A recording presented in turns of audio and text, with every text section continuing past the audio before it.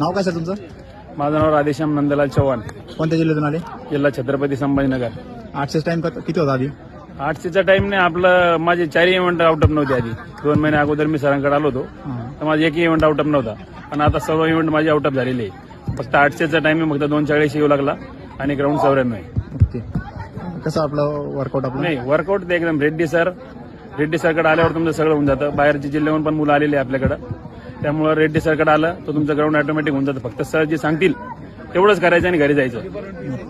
आणि department PSI साठी सरांचं योगदान खूप मोठं आहे. नाव काय सर तुमचं? अमोल एकनाथ जाधव, कोणत्या जिल्ह्यातून आले? पालघर.